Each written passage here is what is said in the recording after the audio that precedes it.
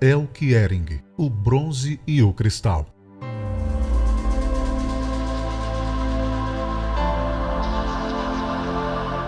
Cronologia artística.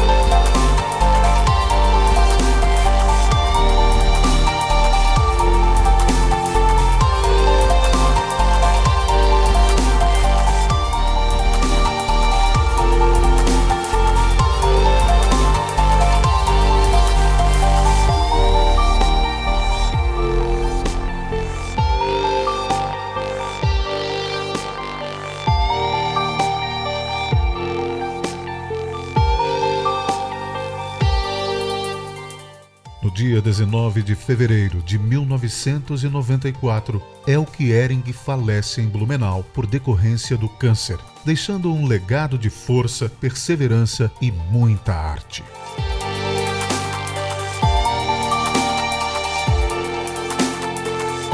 Elke Ehring pelos olhos de seus amigos e artistas.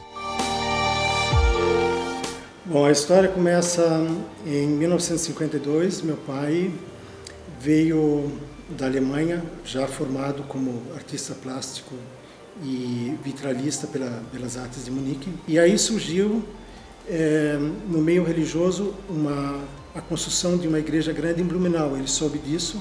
O arquiteto era um alemão, que era, coincidentemente, um contemporâneo de estudo na Belas Artes de Munique do meu pai, o Gottfried Böhm. E foi assim que surgiu a ideia do meu pai montar um estúdio de vitrais, como se fazia nos moldes da Idade Média, junto à própria construção da igreja. E isso aconteceu em 1956, 57. Como meu pai tinha que confeccionar uma metragem enorme de vitrais, eram 800 metros quadrados, claro que ele não poderia fazer esse trabalho sozinho. E aí ele começou a regimentar pessoas da região mesmo de Blumenau para fazer esse tipo de trabalho. Para corte de vidro, chumbação e tudo mais, não foi difícil encontrar pessoas, mas havia um trabalho um pouco mais exigente, que era o trabalho de pintura. E para fazer esse trabalho de detalhamento de pintura em cima do vidro, ele precisava de pessoas. E aí surgiu uma pessoa muito inquieta, muito interessada, e que às vezes aparecia ali no estúdio do meu pai, e que mostrava assim muito interesse por arte. E essa pessoa era Elke Ehring. Meu pai já era uma figura um pouco conhecida no meio alemão ali de Blumenau, e meu pai fez um contato com os pais da Elke. E expôs ali a problemática dele e, de alguma maneira, conseguiu fazer com que a Elke começasse a trabalhar com meu pai. Eu me lembro assim muito vivamente da participação da Elke nesse trabalho todo, e me lembro também que a Elke tinha assim uma inquietude muito grande em relação a aprender as coisas. E eu acredito que meu pai, com toda a formação que ele teve na Belas Artes, ele deve ter passado as primeiras orientações para ela. A Elke era uma pessoa muito inquieta e muito inquieta também na criatividade. E eu acredito que em algum momento o universo artístico do meu pai foi muito estreito para ela. O contato com meu pai, eu acho que persistiu a vida inteira. Eles tinham uma união e um respeito muito, muito grande, apesar dos universos artísticos, de alguma maneira, em algum momento, terem seguido rumos próprios, né? Mas isso não tirou de forma alguma a admiração que um tinha pelo outro. Nesses meses que ela trabalhou em contato com os vitrais com o meu pai,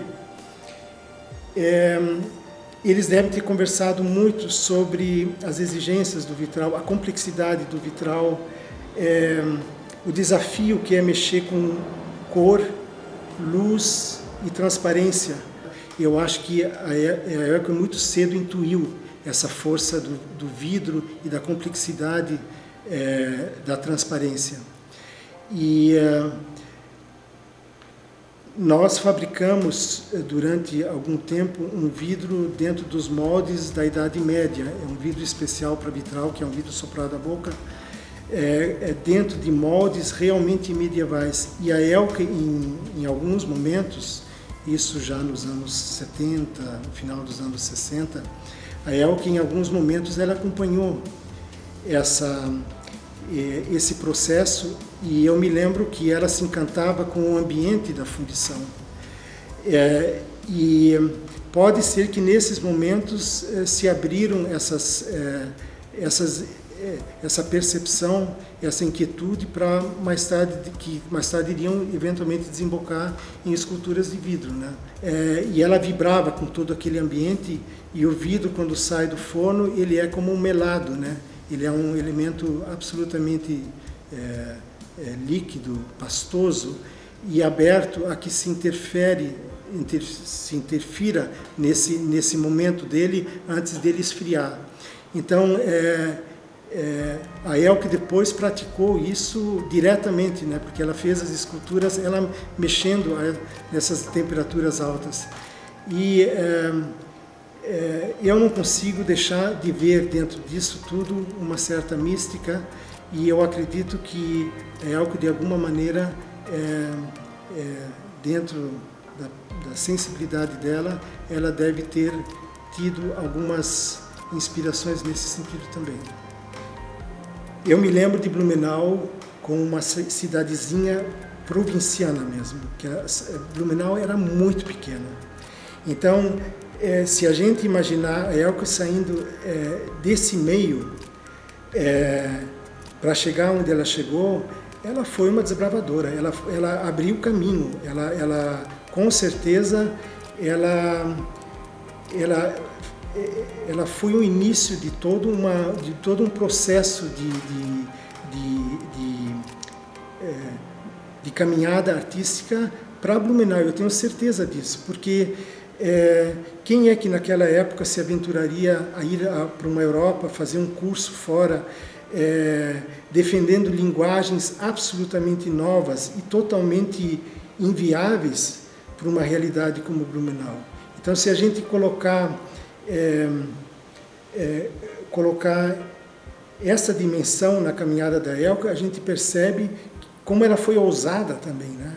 E como ela, de alguma maneira, tinha convicções fortes em relação ao trabalho dela, né? E eu tenho certeza que meu pai, e depois, claro, eu também, é uma coisa que a gente sempre admirou muito na Elke.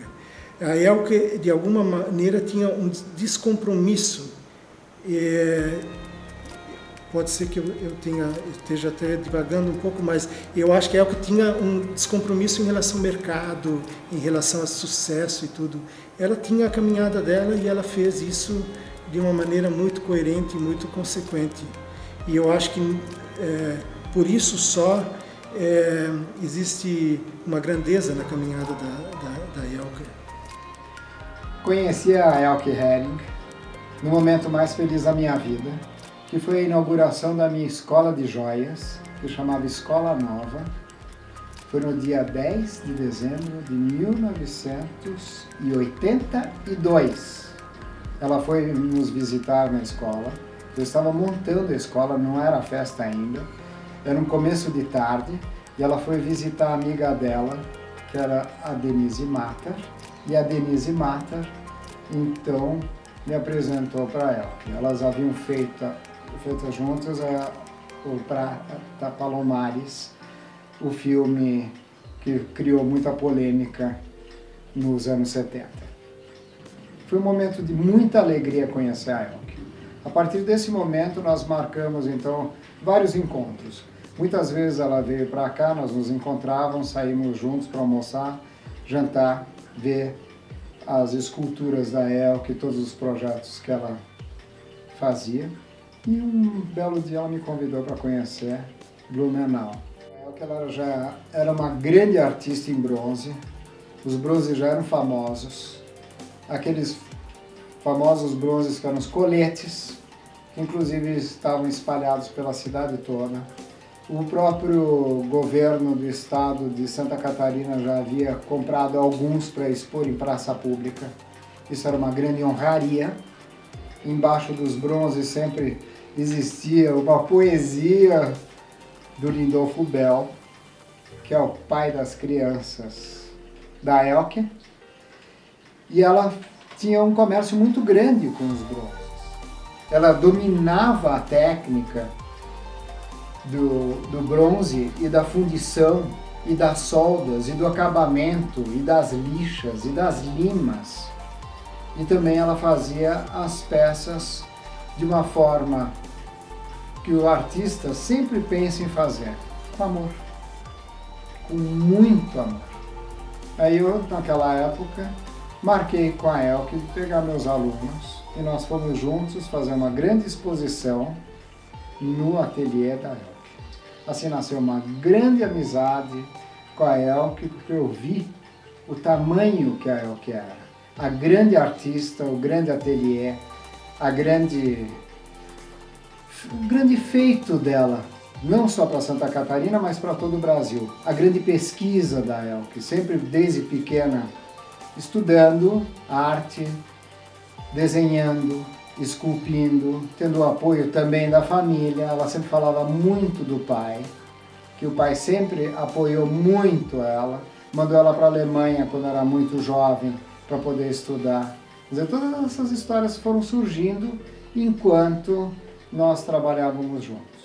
Como a Elke viu que o nosso trabalho era sério na escola nova, e nós ministrávamos aula de joalheria, aula de cravação de diamantes, forja, fundição, e a Elke ofereceu o ateliê dela, a parte de cima onde ela trabalhava, com as esculturas e fazia as ceras, e desenhava. Ela escolheu aquele ponto do ateliê para me convidar para ministrar aulas de joalheria. A Elke depois começou com os cristais, foi uma experiência muito bacana, tanto que ela sempre contava que a cristaleria Hering foi fundada pela bisavó dela. A bisavó havia acendido o primeiro forno.